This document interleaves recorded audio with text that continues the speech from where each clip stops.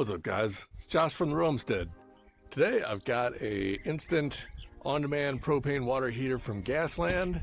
We're gonna check it out, see what's in the box. We're gonna install it in an outdoor shower. Let's get started.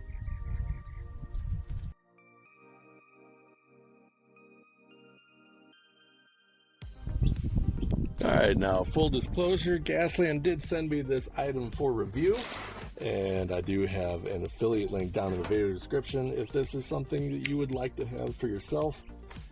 It earns a little bit for the channel and doesn't cost you anything extra. So if you're interested, definitely check out the link down in the video description. Now, while I'm opening this up, let me give you some details.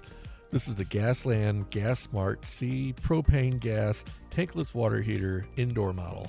It can flow 5 gallons per minute and produce 113,000 BTU. With that amount of flow, it can run multiple active faucets at the same time, where a typical unit can barely run one. This unit is designed for indoor use, and of course my outdoor shower is technically out of spec for it, but I'm in the desert, so I'm not worried. When we build our home, we'll just move this guy from the shower to a central utility area and pipe it into the whole system. This unit does use regular 110 volt AC power for ignition and its control system, which is a digital touchscreen and miles ahead of devices where you adjust several knobs and hope for the best. It's CSA rated for safety and uses an oxygen-free copper heat exchanger for extra efficiency. It's also got automatic freeze protection and is designed to tolerate pretty windy conditions.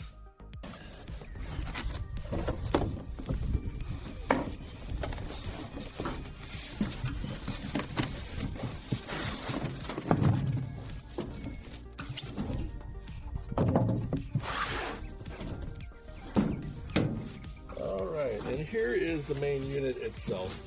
Now this is an indoor rated unit. It does have an exhaust for the propane so that you can vent it outside. Today we'll be using it in a covered but still outside environment. In the 10 years we've been living in our schoolie doing the nomad thing, we've been through a couple water heaters. We've used the cheap ones marketed for camping showers, and we've used units designed specifically for RV use.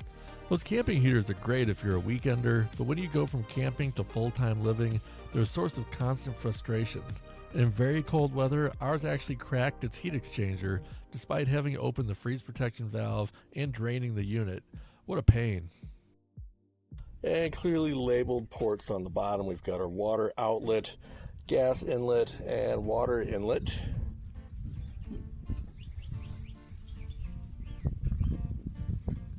Got instructions and warnings here on the left side, and another set here on the right.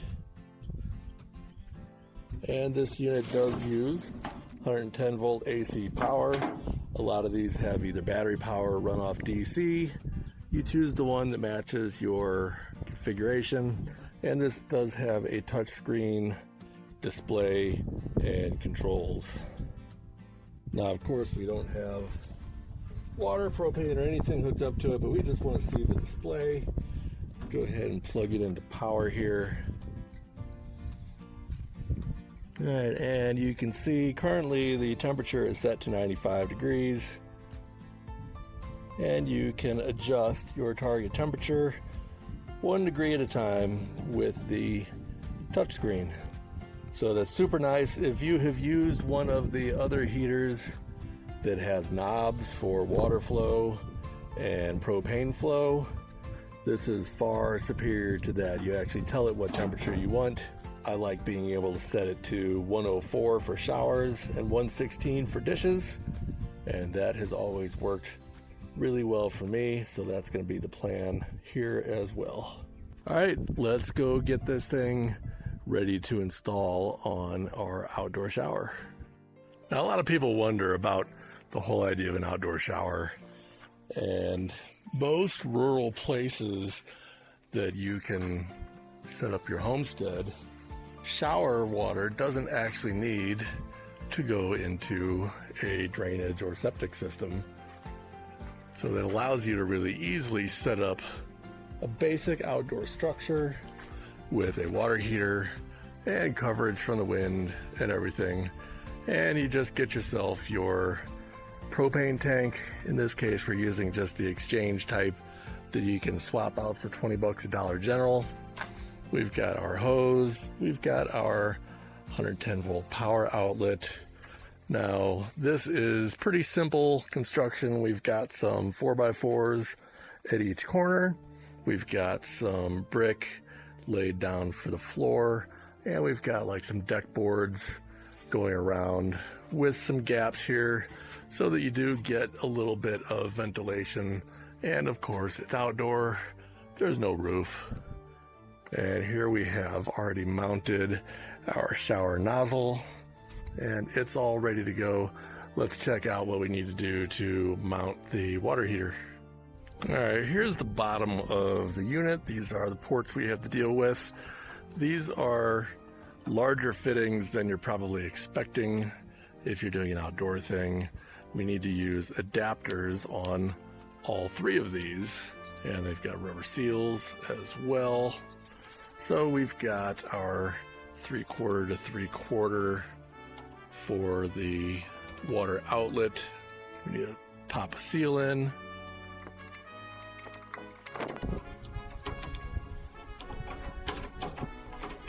This is a 3/4 to 3/4 PVC. You can get it for a couple of bucks. This one I think came from Ace Hardware. On the gas side, we need to convert this to the regulator that we have.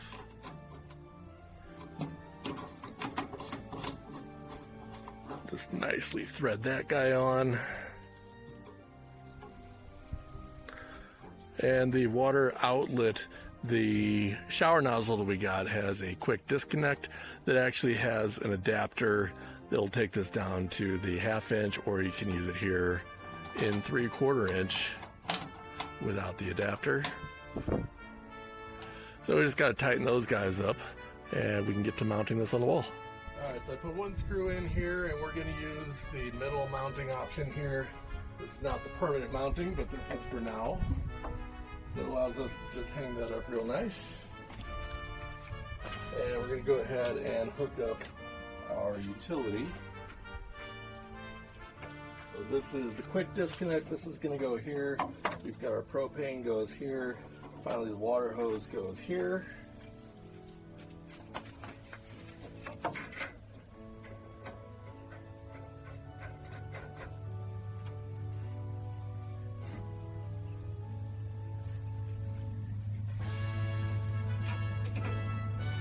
Real nice for the water hose because it swivels on both ends.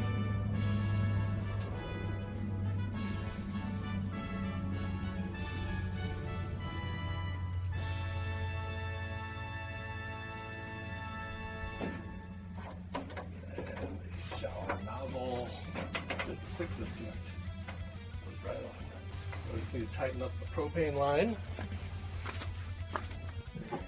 That one's 3/4. And finally we need the power.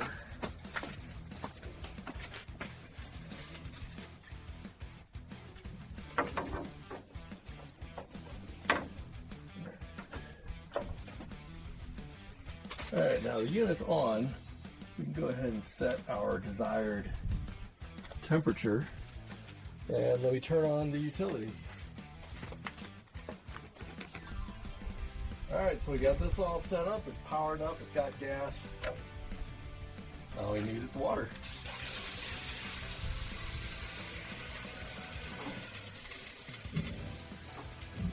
Alright, we have ignition.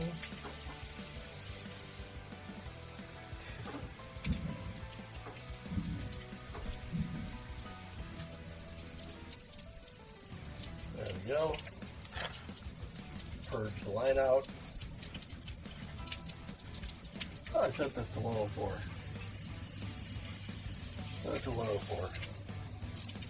And now we have perfect temperature hot water for this shower, ready to go.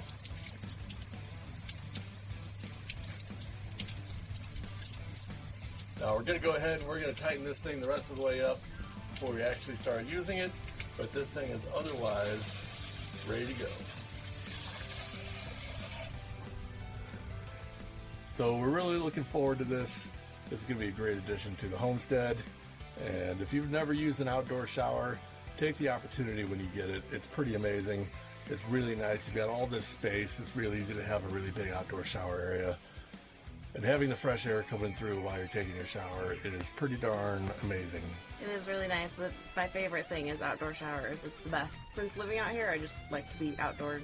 And it also, if you're in a nomad configuration or you're doing a homestead and you've got a small living space, it's really nice not to use that space for an indoor shower and not have to worry about where you're going to store the wastewater, etc.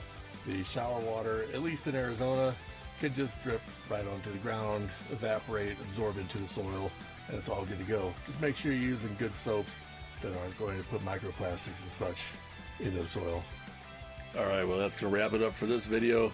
Big shout out to Gasland for the heater, and make sure and check out the links down in the video description if you're in the market for a propane instant water heater. Anyway, make sure and like and subscribe if you're not already, and we'll be seeing you in the next video. Take care, everybody. See you next time.